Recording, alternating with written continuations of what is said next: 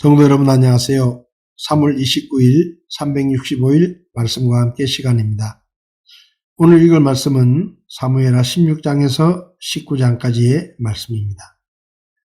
사무엘하 16장에서는 다윗이 압살롬을 피해 피난길에 오르는 동안 요나단의 아들 무비보셋의 종인 시바가 다윗을 속이고 무비보셋을 모함하여 무비보셋의 재산을 가로채는 사건이 나옵니다. 또 사울의 족속인 시므이는 피난길에 오른 다윗과 신하들을 향해 돌을 던지고 조롱하며 저주합니다.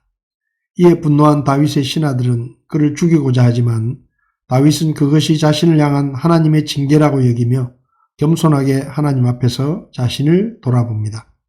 한편 다윗의 부탁으로 예루살렘에 남은 후세는 거짓된 모략으로 압살롬에게 투항합니다. 그리고 압살롬은 아히도벨의 다윗의 후궁들과 동침함으로 권력 장악을 공식화하라는 계략을 받아들입니다. 17장에서는 압살롬과 이스라엘 장로들이 아히도벨과 후세의 모략 중 어떤 것을 선택하는지에 대해 들려줍니다. 압살롬은 예루살렘을 점령함으로 반역이 성공 직전에 이르게 됩니다. 아히도벨의 모략은 압살롬에게 있어서는 현실적이고 좋은 모략이었습니다. 도망가는 상황에서 지쳐있을 다윗의 일행을 추격해서 죽임으로 후환을 완전히 없애고자 합니다. 그러나 후세의 지략으로 압살롬은 아히도벨의 계략을 따르지 않게 됩니다. 또한 후세는 이 사실을 다윗에게 알리고 다윗이 빨리 피하게 하여 위기를 모면할 수 있게 합니다. 이로 인해 아히도벨은 반역이 실패로 돌아갈 것을 예상하고 스스로 목을 메어 죽고 압살롬은 마하나임에 이른 다윗을 추격합니다. 다윗이 마하나임에 이르자 백성들은 다윗을 환대하며 위로합니다. 18장에서는 압살롬의 실패한 반역과 압살롬이 맞는 비참한 최후가 기록되어 있습니다. 요단을 건너 마하나임에 도착한 다윗은 드디어 전열을 정비하고 요압을 앞세워 압살롬과의 본격적인 전투를 시작합니다. 모사 아히도벨을 잃은 압살롬의 군대는 대패하고 압살롬은 도망가다 상수리나무에 걸립니다. 다윗은 압살롬을 살려야 한다고 당부했지만 요압과 그의 병사들은 그를 죽여 압살롬의 시신을 구덩이에 던지고 그 위에 심이 큰 돌무더기를 쌌습니다.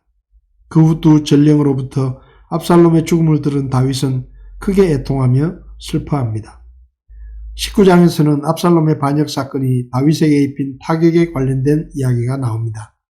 압살롬의 죽음이라는 슬픔으로 다윗은 왕으로서 해야 할 책임을 수행하지 못하고 심지어 하나님께서 이스라엘을 구원해 주신 것에 대한 감사를 표현하지도 않습니다.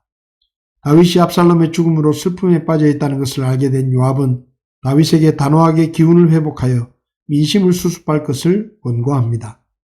요압의 권고대로 자신을 추스르고 왕으로서의 직무를 시행하기 위해 성문에 앉자 백성들이 왕 앞으로 나옵니다. 이스라엘 온 지파들은 다윗을 맞이하기로 합의하고 유다 지파가 앞장서 길갈로 나아가 다윗을 맞이합니다. 한편 다윗이 도망할 때 그를 조롱하며 저주했던 시므이는 목숨이 위험하게 되자 다윗에게 사죄하고 다윗은 그를 용서합니다. 또한 무비보셋은 그의 종 시바의 관계를 고함으로 다윗의 오해를 풉니다. 마지막으로 마하나임에서 다윗에게 필요한 물품과 음식을 제공했던 길르앗 사람 바르실레와 만난 다윗은 그를 예루살렘으로 데리고 가 선의를 베풀려 하지만 바르실레는 자신이 고향에 머물고 그곳에서 죽음을 맞겠다고 합니다. 다윗은 길갈로 돌아오지만 유다 사람들을 향한 이스라엘의 원망은 끊이지 않고 다윗은 유다 지파와 다른 지파들 사이에 분열과 갈등을 여전히 극복하지 못합니다. 오늘 말씀에서 제 마음에 와닿은 말씀은 사무엘하 16장 10절 말씀입니다. 왕이 이르되 너희 수르야의 아들들아 내가 너희와 무슨 상관이 있느냐.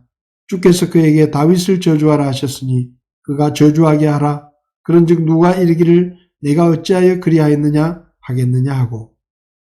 지금 다윗은 그의 생애에 가장 큰 위기를 만났습니다. 아들 압살롬이 반역을 일으켰고 다윗은 급히 성을 빠져나가 도망을 치고 있었습니다. 도망치는 길에 바후림이라는 곳을 지나게 되었을 때 사울의 친족인 시므이라는 사람이 다윗 일행을 보고 따라오며 돌을 던지고 살인자 이 나쁜 놈아 꺼져라. 내가 사울의 왕자리를 빼앗고 사울의 집안 사람들을 죽이더니 이제 주께서 내 나라를 빼앗아 압살롬에게 주는구나. 하나님께 벌을 받는 걸 보니 꼴 좋구나. 너 같은 살인자는 망해야 돼. 라고 입에 담기 어려운 저주의 말을 허부었습니다. 다윗은 이때를 생각하며 시편 40편 2절에서 기가 막힐 웅덩이와 수렁에 빠진 것 같다고 고백했습니다. 시므이의 행동에 분노한 다윗의 장군 아비새가 왕이시여 왜 저 죽은 개만도 못한 자가 왕을 저주하는데 그냥 내버려 두십니까? 내가 당장 저놈의 머리를 베어버리겠습니다. 라고 나섰지만 다윗은 아비새를 말리며 그가 저주하는 것이 주께서 그에게 나를 저주하라고 시키신 것인지 어떻게 알겠느냐? 내 아들도 반역을 일으켰는데 이 베냐민 사람이 저주하는 것이 뭐 그리 큰 일이냐? 그가 저주하도록 내버려 두거라 라고 말했습니다. 다윗은 다른 사람에게 욕을 먹고 험한 저주의 말을 들으면서도 개인적인 감정을 앞세워 섣불리 행동하지 않고 그것이 하나님께로부터 온 것인지 모른다며 신중했습니다. 성도 여러분, 하나님께서 때로 우리 주변의 사람들을 통해 우리에게 말씀하시거나 책망하기도 하십니다. 그래서 우리는 어떤 일을 당하든지 섣불리 행동하지 말고 먼저 하나님의 뜻이 무엇인가를 살펴야 합니다. 그리고 혹시 억울한 일을 당하더라도 하나님께서 우리의 억울함을 아시고 갚아주실 것이라고 믿고 다윗처럼 믿음으로 반응해야 합니다. 하나님은 다윗의 믿음대로 압살롬의 반역을 해결해 주셨고 저주하던 시므이가 다윗 앞에 엎드려 사죄하게 해주셨습니다. 성도 여러분, 우리는 모든 일에 하나님의 다스리심을 믿고 사는 사람들입니다. 그러므로 오늘 하루도 우리가 어떤 일을 당하든지 다른 사람이 우리를 어떻게 대하든지 모든 것이 합력하여 선을 이루게 하신다고 약속하신 하나님을 믿고 모든 것을 하나님께 맡기고 먼저 하나님의 뜻을 살피는 우리가 되기를 바랍니다. 3월 29일 365일 말씀과 함께 오늘도 함께 해주셔서 감사합니다.